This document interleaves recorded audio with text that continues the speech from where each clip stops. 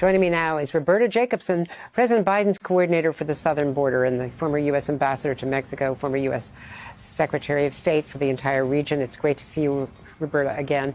Thanks, Andrea. Talk to the president's warning today. He's saying to migrants, don't come. How does that message come to desperate families in the Northern Triangle or awaiting at the Mexican border? They don't have those kinds of communications. Well, I think, people do pick up the president's message all over. But moreover, that's why we have embassies and consulates, and we work with civil society groups, the UNHCR, the International Organization for Migration, and other groups to repeat the president's message that people should not come in this fashion, that we will be opening new paths for legal entry into the United States, but that we are enforcing our laws. And so I think the president's message will get widely distributed. But as I've said before, the smugglers are very agile, and their message gets through quickly. Immigration lawyers are telling NBC News that some migrant families are choosing to send children unaccompanied to the southern border because they see it as the best chance to remain in the U.S. From their perspectives, children can get in under COVID rules when adults can't. Is that a factor?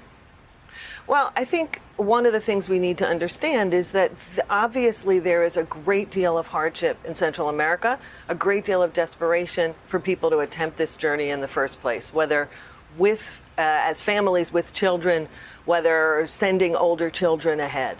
It is reflective of crises that are compounded by climate change, 2 hurricanes in 15 days, violence, etc. So we know that there are people in very dire straits, which is why we feel enormous urgency to get very quick dispersing humanitarian assistance there faster so that people can stay home, and urgency to ensure that we open up legal paths for people so they don't have to undertake these journeys.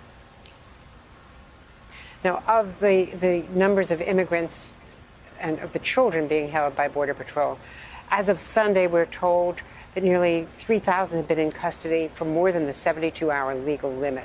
FEMA, we know, is setting up sites for unaccompanied minors. Will this be enough? How quickly can this be resolved? Well, I think the answer is we will continue to ensure that we expand options for these children to meet the need.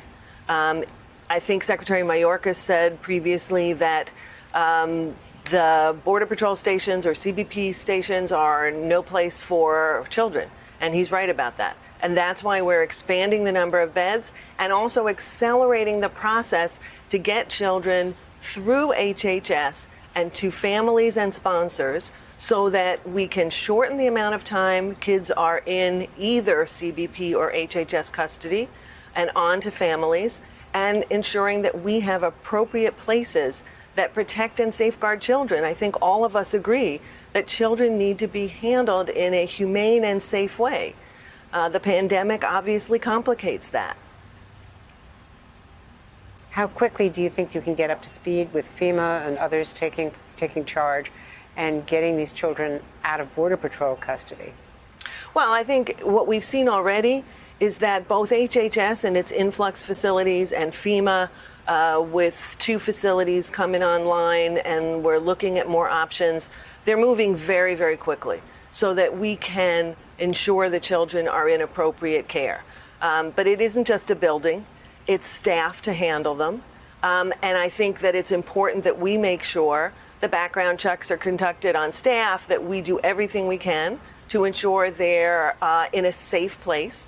And that we don't put children at risk, and we're moving kids as quickly as we possibly can. Multiple organizations, including NBC News, are reporting that they are not getting information from these overcrowded border processing facilities, and that the Border Patrol is particularly denying information today. Can you resolve that? Well, I certainly, I would urge NBC and others to talk with the Department of Homeland Security and with Customs and Border Protection.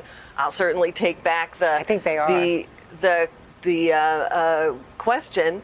I also think that it's really important that we be setting about the task of moving children to appropriate places. We're not hiding anything. We do want to be sure that The story is told transparently, but we're also in a situation of urgent need for children and need to move children, and that has to take first priority.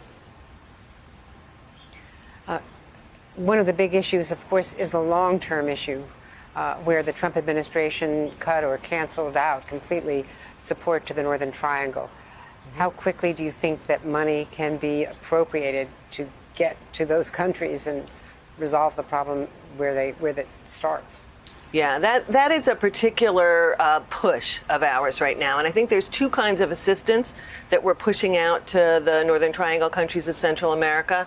One is regular development assistance. There's over $500 million that was in fiscal year 2021 budget that just recently became available, clearing all of the bureaucratic hurdles. And so that will be pushed out to the region right away to address some of these root causes. But the other thing that we have to be doing right away is surging humanitarian assistance, which USAID and the State Department are doing, so that we can create job generating programs, so that we can keep kids in school, so that we can do feeding programs and food security. These are among the drivers of migration, and those are quick dispersing programs that will be pushing downrange right away. Roberta Jacobson, Ambassador, it's great to see you. Thank you again very much for being with us today. Thank you, Andrea. Hey, thanks for watching our YouTube channel. You should know that you can follow today's top stories and breaking news and catch up on your favorite MSNBC shows all in one place. Download the NBC News app today.